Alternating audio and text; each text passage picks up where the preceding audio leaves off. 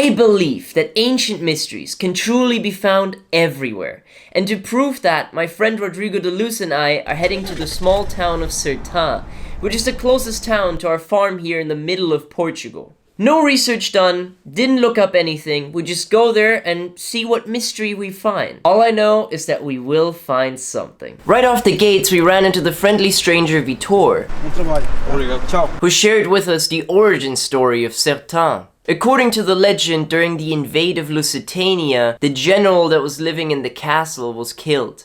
And upon hearing the news, his wife, Celinda, was making eggs in the castle. And so the invading forces came and she defeated them using her frying pan, the oil, and the eggs. Her heroic olive oil defense is well remembered in the heritage of the town and Portugal itself.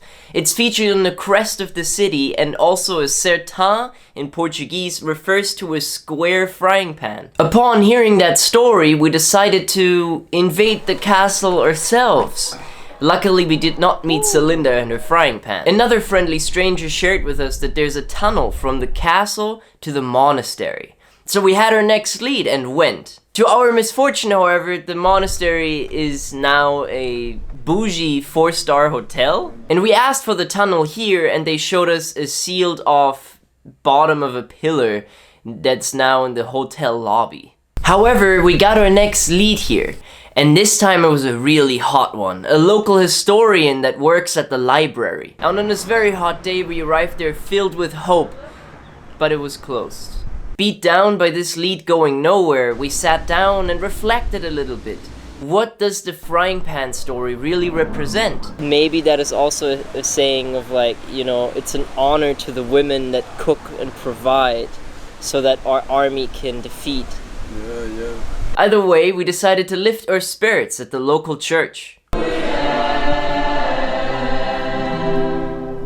And just following some women, we ended up backstage and interviewing a local right there. Tenho uma pergunta. Procuramos para lugares místicos. She thought we're actually working and filming for the church. Almost. This is also where we saw the priest for the very first time. Someone we really wanted to talk to. There's a city fest going on and I decided to even help put the chairs together so maybe the priest remembers us and we have a great conversation. If you work for the community, you get to speak to the father. However, the priest was always very busy. He actually sprinted away from us and he was pretty occupied flipping the sacrificial chicken on the barbecue. Yet exactly at the city fest we got our next lead. This time a Templar chapel. Goodbye Sertã, and hello wherever this place is. Close to Sertã. It was a few kilometers away, and arriving there, it was nothing like any Christian chapel I've ever seen. Esoteric paintings everywhere, Templar crosses. Look at the pyramid with you. And looking at the city crest once more, there's a Templar cross and a Knight Hospitaller cross, already indicating the power that these organizations used to have in this area. And thus, our adventure to Sertã concluded. And we didn't find a huge pyramid or another big mystery, but I did find the answer to a vulnerability that I'd like to share with you. For the past 4 months, ever since I started pitching the show, I really expected it to go faster, that sponsors would jump on the opportunity to sponsor something like this. However, it didn't work really the way that I expected it to. And that made me feel insecure, and I think part of that was a fear of being judged, of being more out there and doing content in this style. And so, doing this, I found so much joy and happiness. Let's go! Templar cross, baby! And I can't really express it.